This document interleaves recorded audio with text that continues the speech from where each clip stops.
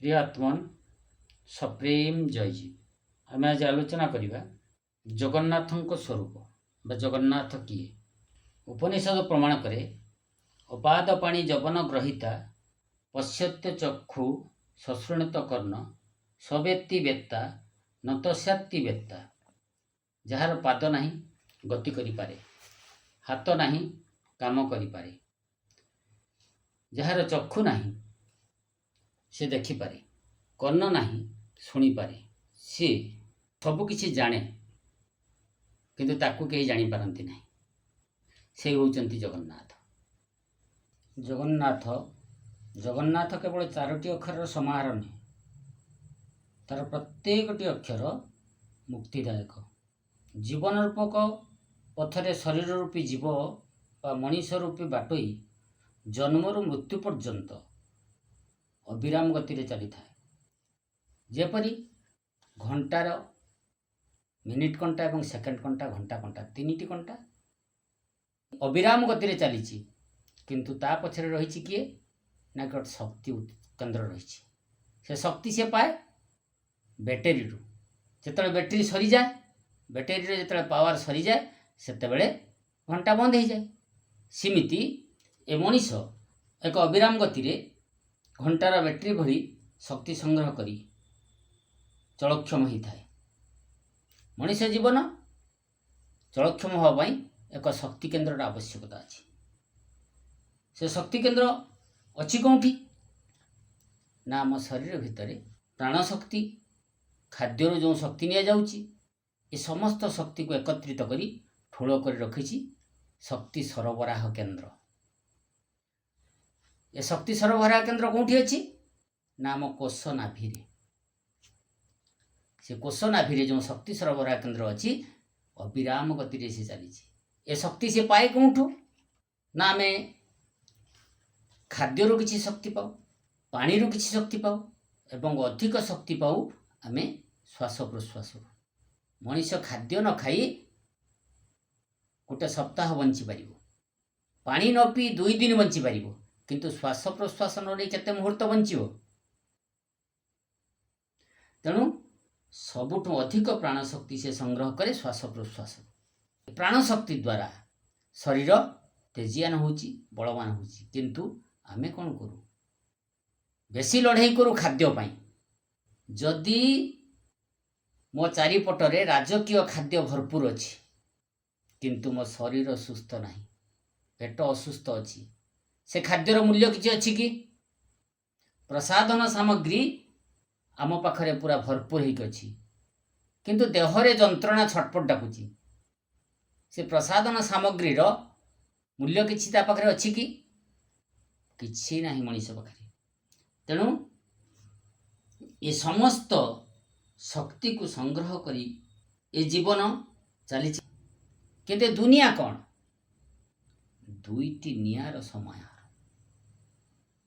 प्रथम है एंतुड़ी निया, शेषर है जुई निया। आम पुराण कहूची 2.5 दिनर मनीष जीवन। जन्म गोटे दिन, मृत्यु गोटे दिन। आउ जेती की जीवदशा भितर कले आमे से केते समय ना गोटे ओली 2.5 दिनर जीवन। तेणु ये 2 नियार व्यवधान रे जीवन गठित। एथिरे मनीषर जीवन दशा को केतेटा स्तर भितर परिवर्तन करा जाता है। सेठी पुनर्जन्म हुएनी किंतु परिचयर परिवर्तन हुए, अवस्था शरीर अवस्थार परिवर्तन हुए। सी हूँ कौन ना शैशव, कैशोर, यौवन, पौढ़ एवं वार्धक्य, यही 5टी अवस्था दे मनीष जीवन गति करी शेषरे हुए कौन अंत्येष्टि। यही निरंतर शाश्वत जो प्राणर निर्झरिणी दे जीवन गति करुची से निर्झरिणीर सत्य प्रतिमूर्ति ही जगन्नाथ। जी सृष्टि आरंभ थिले, आज भी अछंती, भविष्यत रहिबे। से चिरंतन सत्य वस्तुटी को समस्ते जानती, देखती, चिन्हती, किंतु हुए कौन ना सी सब बेले आम पाखरे रही मध्य आमको लागे अजणा अजणा ଅଦେଖା ଅଦେଖା, ଅଚିହ୍ନା ଅଚିହ୍ନା ଲାଗନ୍ତି। କିଏ ସିଏ? ଆମ ଭିତରେ ଆତ୍ମସତ୍ତା ଥାଉ ଥାଉ ଆମେ ବହିର୍ଜଗତରେ ଖୋଜୁଛୁ। ଯେ ବ୍ରହ୍ମସତ୍ତା ଆମ ଭିତରେ ବିରାଜମାନ, ଆମେ ତାକୁ ବାହାରେ ଖୋଜୁଛୁ। ଯେଉଁ ଜଗନ୍ନାଥଙ୍କର ପ୍ରତିମୂର୍ତ୍ତିକୁ ଆମେ ପୂଜା କରୁଛୁ, ତାକୁ ତିଆରି କରିଛି କିଏ? ମଣିଷ ରୂପୀ ବିଶ୍ୱକର୍ମା। ତାହେଲେ ସୃଷ୍ଟି ବଡ଼ ନା ସ୍ରଷ୍ଟା ବଡ଼? ମଣିଷ ଯାହାକୁ ସୃଷ୍ଟି କଲା ସିଏ ହେଇଗଲା ବଡ଼, ମଣିଷ ନିଜକୁ ମଣୁଛି ଛୋଟ। ଯଦି ମଣିଷ ରୂପୀ ବିଶ୍ୱକର୍ମା ସେ ମୂର୍ତ୍ତିକୁ ତିଆରି କଲେ, ତାହେଲେ ବଡ଼ ହେଇଗଲେ ମଣିଷ ନା ଛୋଟ ହେଲେ ମଣିଷ? ଆପଣମାନେ ବିଚାର କରନ୍ତୁ। ପୁଣି ଯେତେବେଳେ ଏଇ ଯେଉଁ ଜଗନ୍ନାଥଙ୍କର ପ୍ରତିମୂର୍ତ୍ତି ଗଠନ ହେଲା ପରେ, ଦାରୁଦିଅ ଗଠନ ସରିଲା ପରେ ପୁଣି କ'ଣ କରୁଛନ୍ତି ନା ବ୍ରହ୍ମ ପରିବର୍ତ୍ତନ କରୁଛନ୍ତି। ବ୍ରହ୍ମ କ'ଣ ଦେଖିବାର ଯୋଗ୍ୟ? ବ୍ରହ୍ମ କ'ଣ ଧରିବାର ଯୋଗ୍ୟ? ଯଦି ଦେଖିବାର ଯୋଗ୍ୟ, ଧରିବାର ଯୋଗ୍ୟ ନୁହନ୍ତି, ତାହେଲେ ପରିବର୍ତ୍ତନ ଯିଏ କଲା ସେ ବ୍ରହ୍ମକୁ ଚିହ୍ନିଛି, ବ୍ରହ୍ମକୁ ଜାଣିଛି। ତାହେଲେ ଯଦି ଯିଏ ଜାଣିଛି, ଚିହ୍ନିଛି, ପୁଣି ବ୍ରହ୍ମକୁ ଗୋଟିଏ ଜାଗାରୁ ଆଣି ଅନ୍ୟ ଜାଗାରେ ପ୍ରବେଶ କରିପାରୁଛି, ସିଏ ବଡ଼ ନା ଯାହା ଭିତରେ ବ୍ରହ୍ମ ସ୍ଥାପନା ହେଲା ବଡ଼? କାଠ ବଡ଼ ନା ବ୍ରହ୍ମ ବଡ଼? ଯଦି ବ୍ରହ୍ମ ବିରାଟ, ବ୍ରହ୍ମ ଶବ୍ଦର ଅର୍ଥ ହେଉଛି ବିଶାଳ। ଆପଣମାନେ ବିଚାର କରନ୍ତୁ, ଘର ଭିତରେ ଗୋଟେ ଚେୟାର ଅଛି, ଚେୟାର ବଡ଼ ନା ଘର ବଡ଼? ଯଦି ଘର ବଡ଼, ତାହେଲେ ଘରକୁ ଆଣି ଚେୟାର ଭିତରେ ରଖାଯାଇ ପାରିବ କି? ସେଇ ପ୍ରକାର ଯଦି ଗୋଟିଏ କାଠ ଭିତରେ ବ୍ରହ୍ମ ସ୍ଥାପନା କରି ଦିଆଗଲା, ତାହେଲେ କାଠ ବଡ଼ ନା ବ୍ରହ୍ମ ବଡ଼? ତାକୁ ମଧ୍ୟ ଆପଣମାନେ ବିଚାର କରନ୍ତୁ। ଯେତେ ପର୍ଯ୍ୟନ୍ତ ଆପଣଙ୍କ ଭିତରେ ଏ ବଡ଼ ସାନର ଭେଦଭାବ ନ ବୁଝିଛନ୍ତି ଯେତେ ପର୍ଯ୍ୟନ୍ତ, ସେତେ ପର୍ଯ୍ୟନ୍ତ ଆପଣ ଅନ୍ଧବିଶ୍ୱାସରେ ବୁଡ଼ି ରହିବେ। ତେଣୁ ଆମ ମନର ଭାବନାକୁ ଆମେ ଦୃଢ଼ୀଭୂତ କରି ତା ଭିତରେ ରଖିଦେଇଛୁ। ଯଦି ମନ ସେଇଠୁ ଅନ୍ଧବିଶ୍ୱାସ ଭିତରୁ ବାହାରି ଆସିବ, ଆମେ ପ୍ରକୃତ ଜଗନ୍ନାଥଙ୍କର ସନ୍ଧାନ ପାଇଯିବା। ତେଣୁ ଜଗନ୍ନାଥଙ୍କର ସ୍ୱରୂପକୁ ବିଚାର କରିବାକୁ ଯାଇ ମୁନି ଋଷି ଯୋଗୀଜନଙ୍କ ପାଇଁ ପ୍ରହେଳିକା ପାଲଟି ଯାଆନ୍ତି ଜଗନ୍ନାଥ। କାରଣ ପ୍ରତି ମୁହୂର୍ତ୍ତରେ ସେ ତାଙ୍କୁ ଅନ୍ତର୍ଦୃଷ୍ଟିରେ ବା ଜ୍ଞାନଚକ୍ଷୁରେ ଉପଲବ୍ଧି କରୁଛନ୍ତି, ଦର୍ଶନ କରୁଛନ୍ତି। ତେଣୁ ଭାବନାର ଚକ ଏକ ଚକ୍ରାକାରରେ ଯେତେବେଳେ ଘୁରି ଘୁରି ଆସେ, ଆମେ କ'ଣ କରୁଛୁ ନା ବୃତ୍ତର ପରିଧିରେ ଘୁରୁଛୁ। ବୃତ୍ତର ପରିଧିରେ ଯାହା ଆମକୁ ଦୃଶ୍ୟମାନ ହେଉଛି, ଆମେ ଦୃଶ୍ୟକୁ ଦେଖି ପାଗଳ ହେଇଯାଉଛୁ। କିନ୍ତୁ ଦର୍ଶନ କରିବାକୁ ହେଲେ ଆମକୁ କେନ୍ଦ୍ରକୁ ଯିବାକୁ ପଡ଼ିବ। ମନକୁ ଅନ୍ତର୍ମୁଖୀ କରି ଯେତେବେଳେ ଆମେ କେନ୍ଦ୍ରରେ ପହଞ୍ଚିବା, ସେତେବେଳେ ଯାଇ ଆମେ ଜ୍ଞାନଚକ୍ଷୁ ଦ୍ୱାରା, ଆମେ ଅନୁଭବ ଦ୍ୱାରା, ଅନ୍ତର୍ଦୃଷ୍ଟି ଦ୍ୱାରା ଜଗନ୍ନାଥଙ୍କୁ ଅନୁଭବ କରିପାରିବା ବା ବ୍ରହ୍ମସତ୍ତାର ଅନୁଭବ କରିପାରିବା। ସେଇଥିପାଇଁ ସଦ୍ଗୁରୁଦେବ ଶିବମୁନି ମହାରାଜ ତାଙ୍କର ସ୍ୱହସ୍ତ ଲିଖିତ ପୁସ୍ତକ ଶାନ୍ତିଦାୟୀ ବିଚାର ପୁସ୍ତକରେ ଲେଖିଲେ, ମୁଁ ଈଶ୍ୱରଙ୍କୁ ଦର୍ଶନ କରିଛି, ମାତ୍ର ଏ ଆଖିରେ ନୁହେଁ, ଜ୍ଞାନଚକ୍ଷୁରେ, ବାହାରେ ନୁହେଁ, ଭିତରେ, ଅଲଗା ନୁହେଁ, ନିଜ ଭିତରେ, ସେ ଅଲଗା ନୁହେଁ, ମୋର ଆତ୍ମା।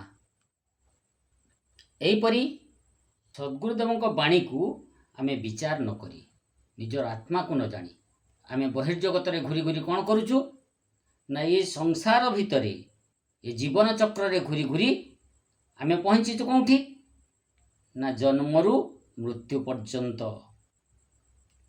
ସେ ମୃତ୍ୟୁ ପର୍ଯ୍ୟନ୍ତ ପହଞ୍ଚିବା ପଛରେ ଆମେ କାହାରି ବି ଅନୁଭବ କରିପାରିଲୁ ନାହିଁ। ତାଙ୍କୁ ଜାଣିବାର ବାଟ ସମ୍ପୂର୍ଣ୍ଣ ଅଲଗା, ଦେଖିବାର ବାଟ ସମ୍ପୂର୍ଣ୍ଣ ଅଲଗା। ସେ ଗୋଟିଏ ସ୍ଥାନର ବାସୀ ନୁହନ୍ତି, ସେ ଗୋଟିଏ ସ୍ଥାନରେ କେତେବେଳେ ରହନ୍ତି ନାହିଁ। ସେ ସର୍ବବ୍ୟାପୀ, ସମସ୍ତଙ୍କ ଅନ୍ତରବାସୀ, ହୃଦୟବାସୀ, ଶରୀରବାସୀ। ସେ ହେଉଛନ୍ତି ଜଗନ୍ନାଥ ବା ଆତ୍ମା। ତେଣୁ ଯେଉଁ ଜଗନ୍ନାଥ ଚାରି ଅକ୍ଷର ବୋଲି ଆମେ ଧରିଛୁ, ସେ ଜଗନ୍ନାଥ ଚାରି ଅକ୍ଷରରେ ଆମେ ବିଚାର କରିବା। ପ୍ରଥମ ଅକ୍ଷର କ'ଣ ରହିଲା?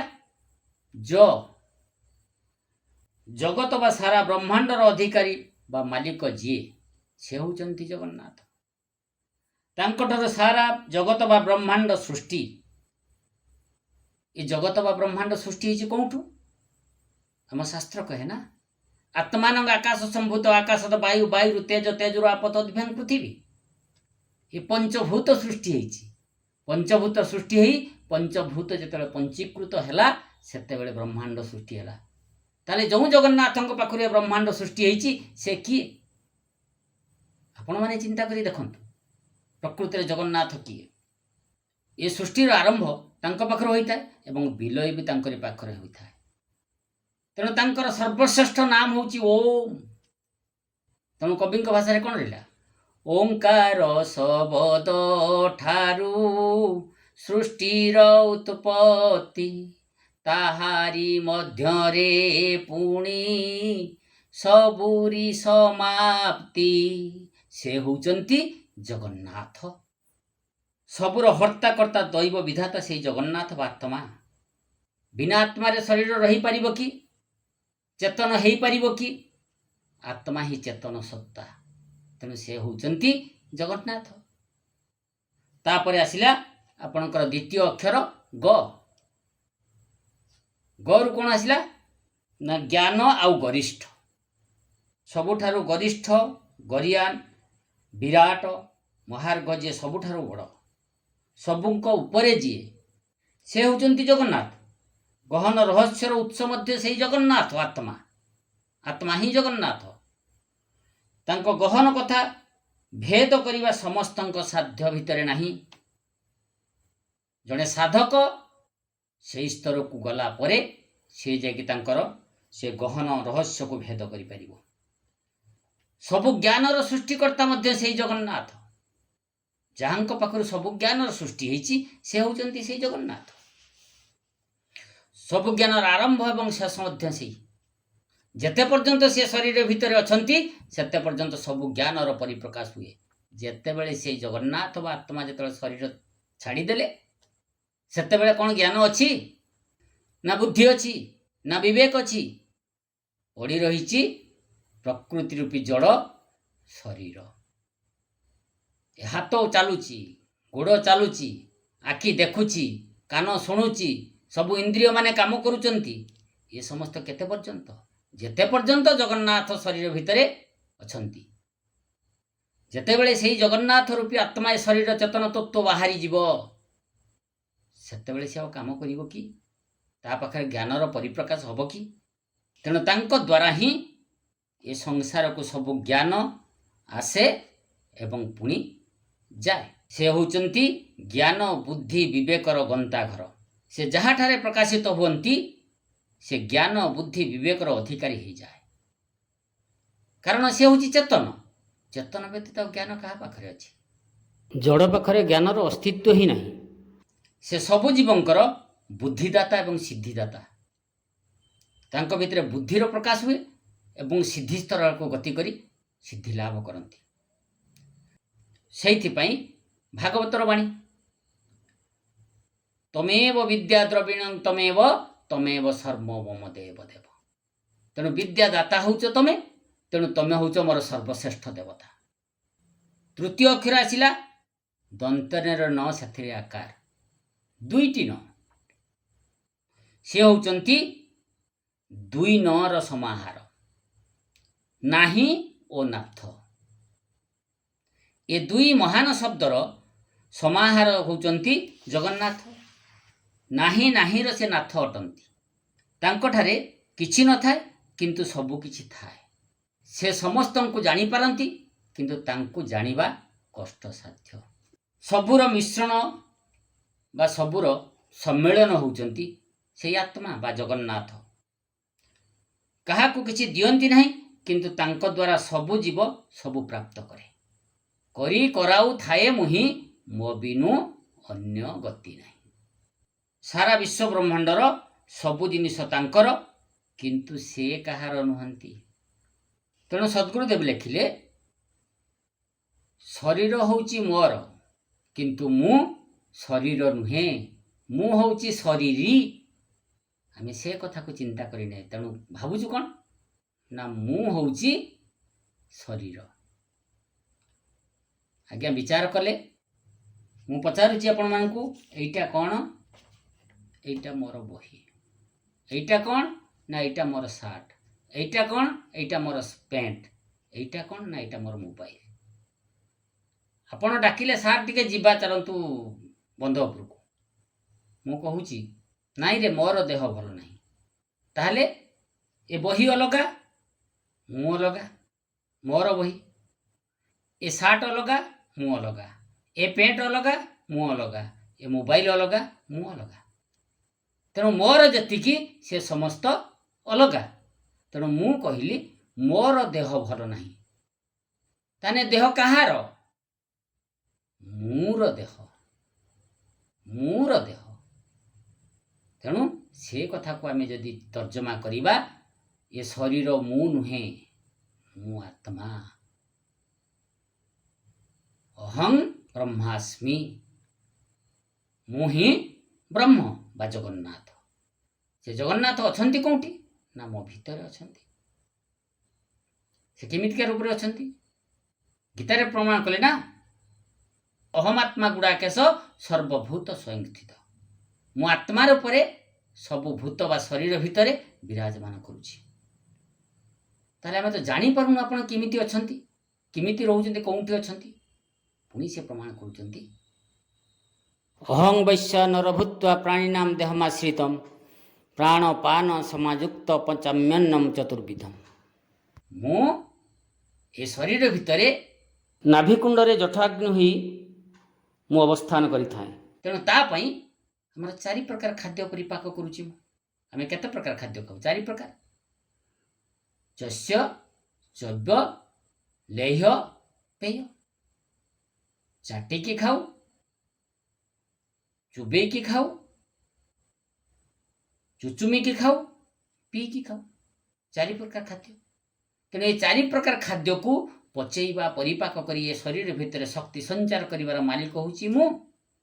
ସେ ହେଉଛନ୍ତି ଏ ଜଗତର ନାଥ, ଯେ ଏହାକୁ ଧରି ରଖିଛନ୍ତି।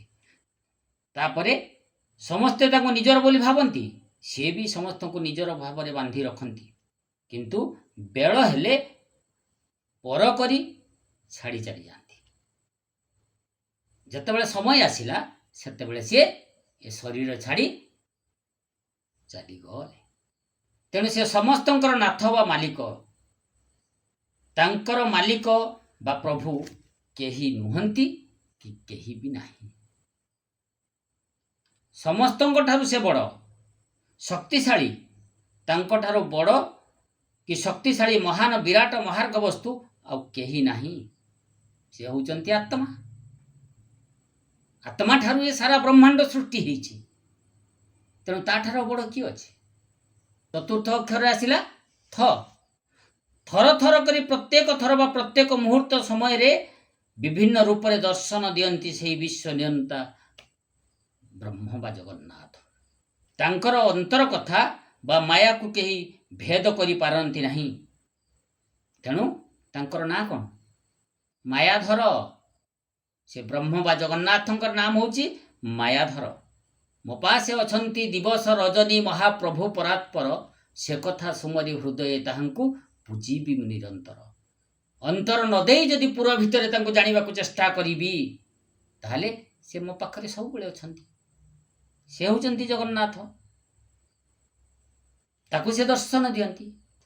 ଲୋକେ ତାଙ୍କୁ ବିଭିନ୍ନ ରୂପରେ ପୂଜା ଉପାସନା କରନ୍ତି, କିନ୍ତୁ ସେ ସମସ୍ତଙ୍କର ହୃଦୟରେ ରହି ପୂଜା ଗ୍ରହଣ କରନ୍ତି। ମହାଭାରତ ଆଦି ପର୍ବର ସମର୍ପଣ ଭାବର ଶେଷ ପଦ କହିଲା, ହୃଦୟେଶ ବୋଲି ଯେବେ ହସ୍ତ ଟେକି ଦେଲ ତୁମ୍ଭେ, ହସ୍ତ ଟେକି ଦେଲ। ହୃଦୟ ମଧ୍ୟରେ ଥିଲି ଜାଣିଲି ତତ୍କ୍ଷଣ, ମୁଁ ଯେ ଜାଣିଲି ତତ୍କ୍ଷଣ। ରଖିଲି ବୋଲି ହସ୍ତ ପ୍ରସାରିଲି, ମୁଁ ଯେ ହସ୍ତ ପ୍ରସାରିଲି। କେମିତି କୁହ ଗ ସତୀ ରକ୍ଷା ମୁଁ ନ କଲି ଆଗ, ରକ୍ଷା ମୁଁ ନ କଲି। ଯେତେବେଳେ ଆମେ ଆତ୍ମସମର୍ପଣ କରିଦେବା, ଏ ସଂସାର ମୋର ନୁହେଁ, ଘର ମୋର ନୁହେଁ, ଏ ଦ୍ୱାର ମୋର ନୁହେଁ, ଛୁଆ ପିଲା ମୋର କିଛି ନୁହେଁ, ଯେତେବେଳେ ସର୍ବଶୂନ୍ୟ ହେଇଯାଇଥିବା ଆମେ, ସେତେବେଳେ ଯାଇ ଆମେ ପ୍ରକୃତ ଜଗନ୍ନାଥଙ୍କୁ ଦର୍ଶନ କରିବା। କେଉଁଠି? ମନ୍ଦିରରେ ନୁହେଁ, ନିଜ ଅନ୍ତର ଭିତରେ ଦର୍ଶନ କରିବା। ସିଏ ପୁରୀର ନାଥ ନୁହନ୍ତି। କେଉଁ ପୁରୀର ନାଥ ସିଏ?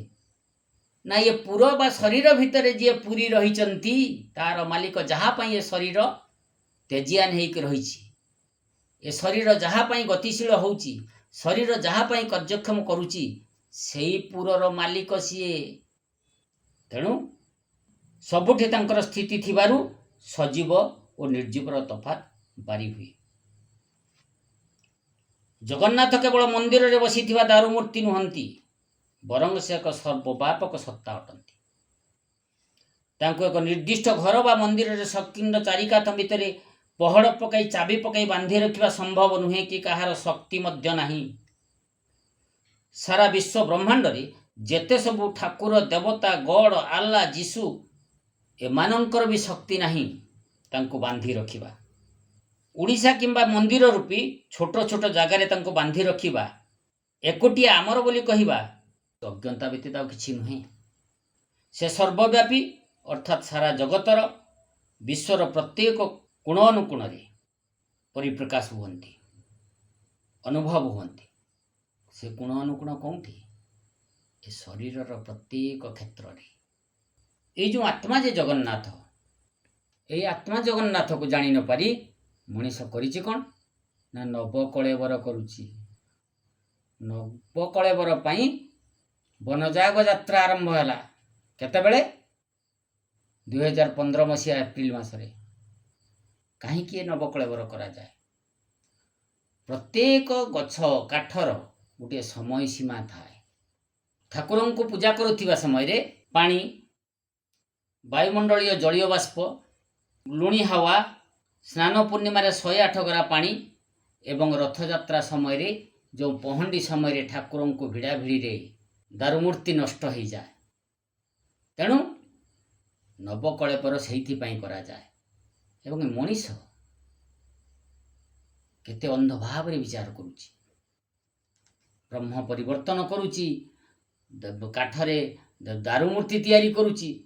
ଏ ସମସ୍ତ ତିଆରି କରିଥିବା ଲୋକ ବଡ଼, ନା ଯିଏ ତିଆରି ହେଲା ସିଏ ବଡ଼? ଏଇ ହେଉଛି ଆମର ବିଚାର ଯୋଗ୍ୟ କଥା। ତେଣୁ ଆପଣମାନେ ବିଚାର କରି ବୁଝନ୍ତୁ ଜଗନ୍ନାଥ କିଏ, ତାଙ୍କର ସ୍ୱରୂପ କ'ଣ। ଆଉ ବିଶେଷ ଆଗକୁ ଯାଉନି, ଏତିକିରେ ବାଣୀକି ବିଶ୍ରାମ ଦେଉଛି। ସପ୍ରେମ ଜୟ ଜୀବନ।